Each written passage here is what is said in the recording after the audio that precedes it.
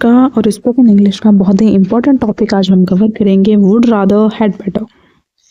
दोनों को लेकर अक्सर कंफ्यूजन होता है, समझ नहीं पाते कि ये क्या हिंदी मीनिंग है और किस तरीके से यूज़ करना है।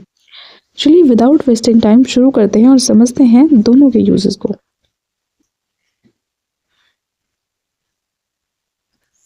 The Indian mind translator must use English के नाम से हमारी सीरीज चल रही है, जिसकी एपिसोड आज 56 है।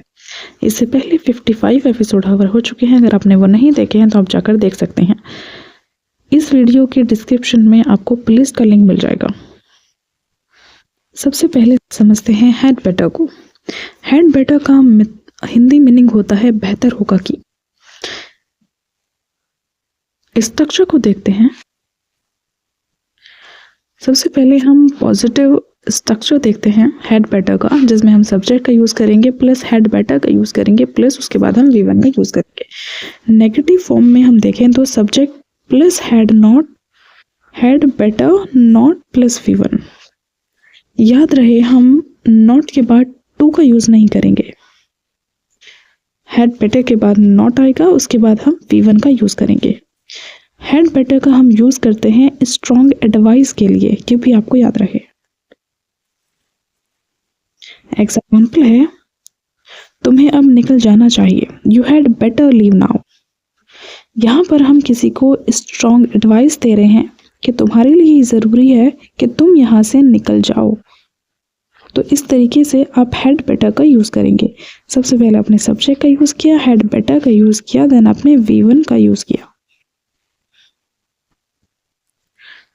नेक्स्ट है, उसे सच बता देना बेहतर होगा, he had better tell the truth. तुम्हें देर नहीं करनी चाहिए, you had better not be late. तो इस तरीके से आप यूज़ कर सकते हैं हैड बेटर का। यहाँ पर हमने पॉजिटिव सेंटेंस देखा, यहाँ पर नेगेटिव सेंटेंस है जहाँ पर आपने नॉट का यूज़ किया। उसके बाद आप टू का यूज़ नहीं करेंगे, आपको V1 का यूज़ करना है। इसका सेंस निकल कर के आ रहा है कि बेहतर होगा, तुम्हें देर नहीं करनी चाहिए, यही बेहतर होगा।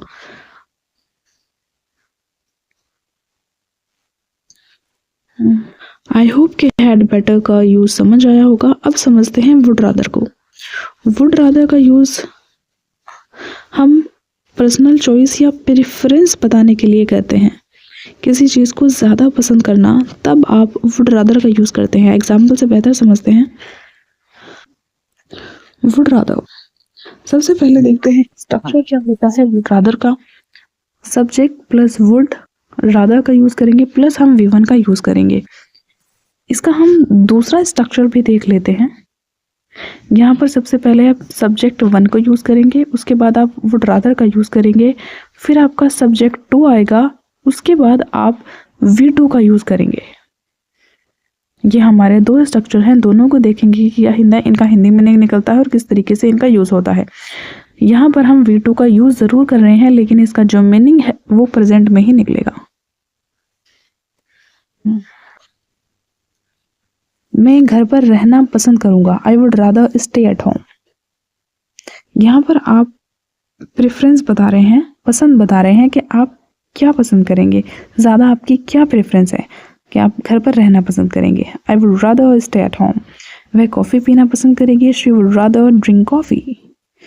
वह कॉफ़ी पीना पसंद करेगी।